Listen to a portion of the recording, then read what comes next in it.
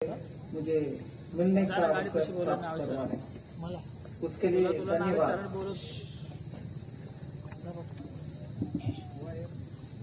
इधर हर्षवर्धन भी बहुत विस्तार से किसानों के समस्या और इधर के किसान के ताकत के बारे में बहुत अच्छा बोले। आप आगे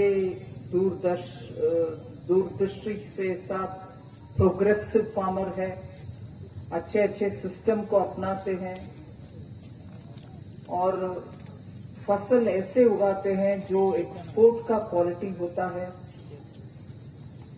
और सिर्फ गन्ना नहीं, फल और अच्छे अच्छे क्वालिटी के फल भी उगाते हैं। ये सब विषय अच्छा विस्तार से बोले। और आप ही खुद मेहनत जमीन में करते हैं, जब चाहे बाहर से लेबर को ले आते हैं, नहीं तो आप घर बैठे बैठे एग्रीकल्चर नहीं कर रहे हैं, फार्मिंग नहीं कर रहे हैं, आप ही खेत में काम कर रहे हैं। इसीलिए मट्टी से सोना उगाते हैं आप लोग। आपके इधर भविष्य इतना सुंदर है, मगर उसमें विषय थोड़ा सोचने लायक विषय भी है।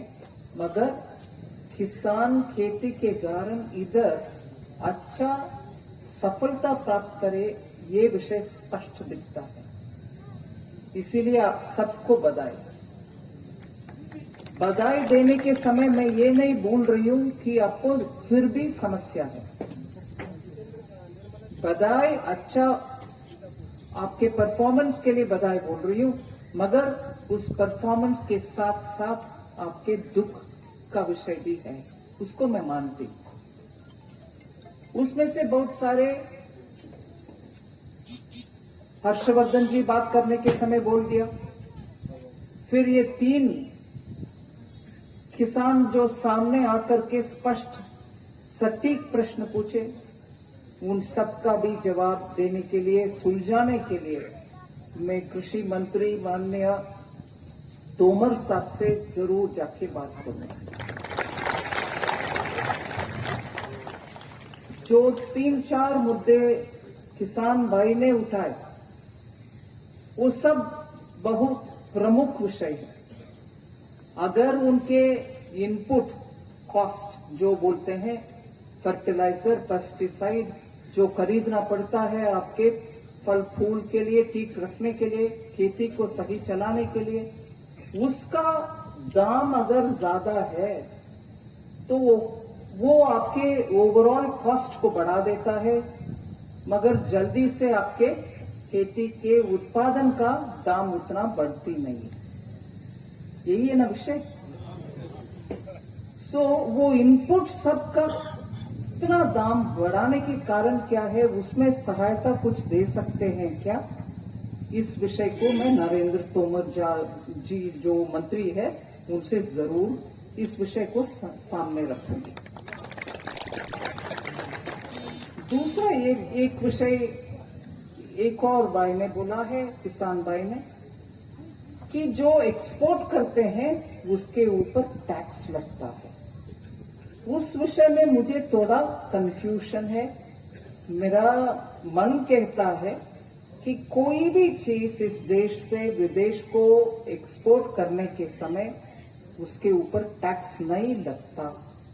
इस बार सिर्फ 2 विषय के ऊपर, क्योंकि इस देश में कमी ना हो, और वो भी बहुत मेहनत करने के बाद, बातचीत करने के बाद विषय सुलझा नहीं है, इसीलिए उस समय एक्सपोर्ट के ऊपर टैक्स लगवाया। मगर वो कौन सा चीज है?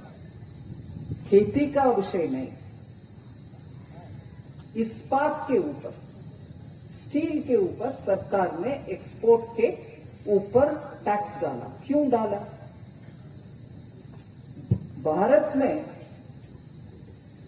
वो इस्पात का ओर मिलता है धरती से, उसको निकाल करके उसका पैलेट बनाओ या स्टील बनाओ या स्टेनलेस स्टील बनाओ, जिससे हमारे बर्तन वगैरह भी तैयार होते हैं, वो सब, और सराय जो बिल्डिंग में उपयोग करते हैं वो भी बनाते हैं, और हाई क्वालिटी का स्टील जो शिप वगैरह बंदरगांव में उपयोग करते हैं, हर तरह के स्टील भारत में बनते हैं।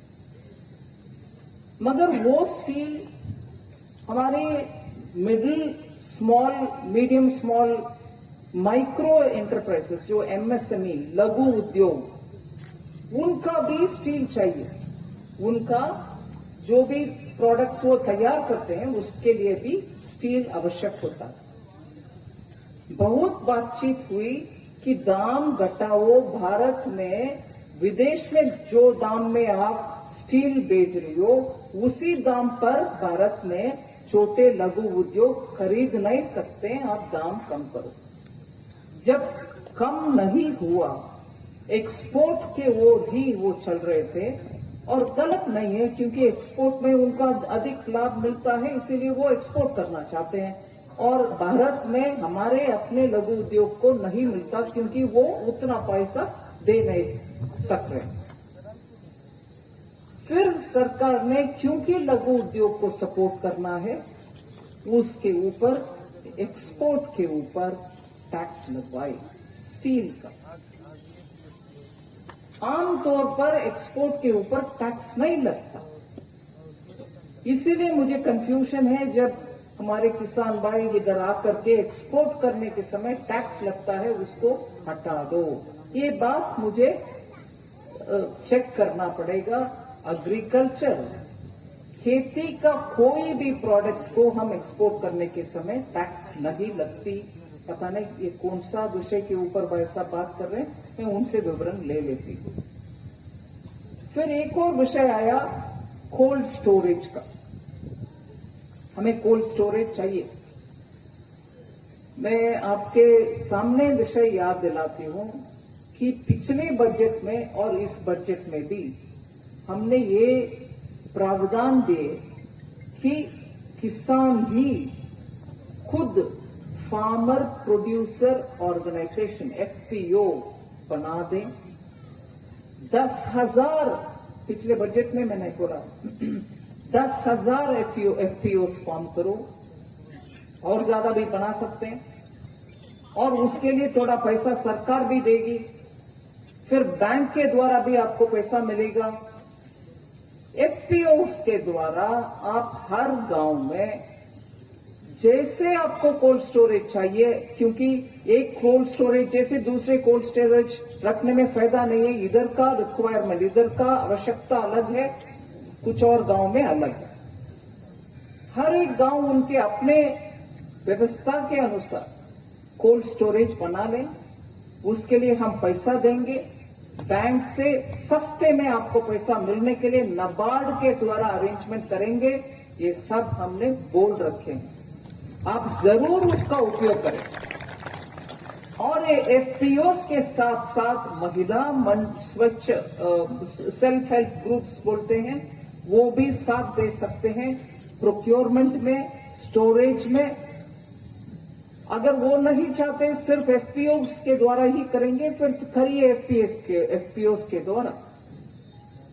फिर पिछले बजट में एक और अंश ले आए, एग्रीकल्चरल इंफ्रास्ट्रक्चर फंड। एक सेस हम लेते हैं पेट्रोल डीजल बिकने के समय। उस सेस के द्वारा 1 लाख करोड़ तक एग्रीकल्चरल इंफ्रास्ट्रक्चर के लिए एपीएमसी को हम ऋण देने के लिए तैयार है, और एक एपीएमसी को अप टू 2 करोड़ तक देंगे। ये सब घोषणा हुई। मैं बहुत विनम्रता से आपको रिक्वेस्ट करूंगी कि इनका पूर्ति उपयोग करिए, फुल उपयोग करिए। अगर इसका जानकारी आपको नहीं, आपके पास नहीं, फिर मैं बैंकों को कहती हूँ, नाबार्ड को कहती हूँ कि आपके बारामती में, इंजापुर में आकर के वो कैंप लगाए, आप उनसे पता कर लीजिए और तुरंत उसका असिस्टेंट लीजिए और कोल्ड स्टोरेज बनाइए। मैं इधर आपके सामने सचमुच कह रही हूं, नाबार्ड को, बैंकों को, रीजनल रूरल बैंक RRBs को मैं इंजापुर में, बारामती में, हर इलाके में उनको बेच करके कैंप लगाने के लिए बोलती हूं। आप FPOs के द्वारा लोन जरूर लीजिए, स्टोरेज बना लीजिए, कोल्ड स्टोर का चेन बना लीजिए पूरा बारामती। इसका मैं जरूर बैंक के द्वारा आदेश देती हूं, उनको इधर आने के लिए कहती हूं।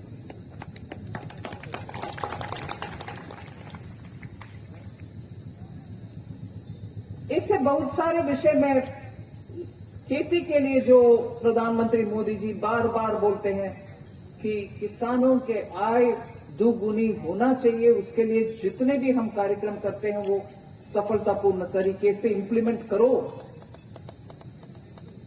खेती में ऊर्जा बनाने के लिए भी कार्यक्रम, सोलर एनर्जी आपके पैनल में, आपकी खेती में रख सकते हैं। अगर आप उपयोग करने के बाद फिर भी बचता है, वो ग्रिड में ऊपर चढ़ा सकते हैं भी, उसका पैसा भी मिलेगा आपको। इसके अलावा बहुत सारे विषय में बोलने के लिए सोच रही हूं, मगर कृषि मंत्री जी से एक बार आपको पूरी जानकारी भेज देती हूं। मगर एक विषय मेरे रास्ते पर आते आते ध्यान में आया। कृषि करने वाले के पास पशुपालन भी होते हैं, गाय भी रखते हैं आप। रास्ते में बहुत सारी जगह पर मैं देखा कि बकरी भी पालन होती है। किसान क्रेडिट कार्ड जो मिलता है आपको, जिसके द्वारा आप क्रॉप लोन लेते हैं, क्रॉप लोन लेते हैं आप, लेते हैं, 2-3 लेते हैं, बाकी कोई नहीं लेते, सब लेते हैं। किसान क्रेडिट कार्ड के द्वारा पशुपालन का भी आपको मदद मिलेगा। अगर कोई किसान खेती भी करते हैं, पशुपालन भी करते हैं, उनको पशुपालन के लिए भी पैसा मिलेगा बैंक से। अगर ऐसे किसान है खेती करना नहीं है मगर सिर्फ पशुपालन कर रहे हैं, उनको भी मिलता है। और ऐसे बकरी भी पालन करने वाले, गोट फार्म, शीप फार्म रखने वाले को भी पैसा मिलता है। सो मैं आपसे ये पूछ रही हूं कि किसान क्रेडिट कार्ड खेती करने वाले को जरूर मिलता होगा, मगर पशुपालक को मिलता है कि नहीं मुझे मालूम नहीं मिलता। पशुपालक का भी किसान क्रेडिट कार्ड देना चाहिए। मुझे लगता है प्रावधान है, मैं नया घोषणा कुछ नहीं कर रही हूं। पशुपालक का भी किसान कार्ड देने का, मत्स्य पालन का, फिशर पॉन्ड रखने वाले, इनलैंड वाटर में, नदी में, समुद्र तक नहीं जाना, आपके क्या बोलते हैं, तालाब में, डैम के बगल में आप मछली पालन करते हो तो आपको भी उससे फायदा मिलेगा। सो किसान क्रेडिट कार्ड को इधर नाबार्ड के कैंप जब लगेगा, उनको मैं बैंकों को कहती हूं कि इधर एनिमल हस्बेंड्री को भी और मत्स्य पालन को भी, बकरी पालन करने वाले का भी किसान क्रेडिट कार्ड पहुंचाने के लिए। और इधर हमारे कार्यकर्ता गण से भी मैं बहुत विनती करती हूं, विनम्र विनती, जितने भी लोग पशुपालन करने वाले और खेती करने वाले जिनको KCC कार्ड नहीं मिला, उनका लिस्ट तैयार करिए, हर कॉन्स्टिट्यूएंसी में तैयार करिए, रेडी रखिए। जब कैंप चलेगा उस समय उनसे दे दीजिए, उनको दिलवाइए। आखिर एक विषय मैंने जवाब देने को भूल गए, जो किसान भाई आकर के बोले, और बात मुझसे पहले स्पीच जो दिया कॉमर्स मिनिस्टर, उनका भी ये कहना था कि सिबिल रेटिंग के वजह से बहुत नुकसान हो रहा है। ABP माझा, उघडा डोळे बघा नीट।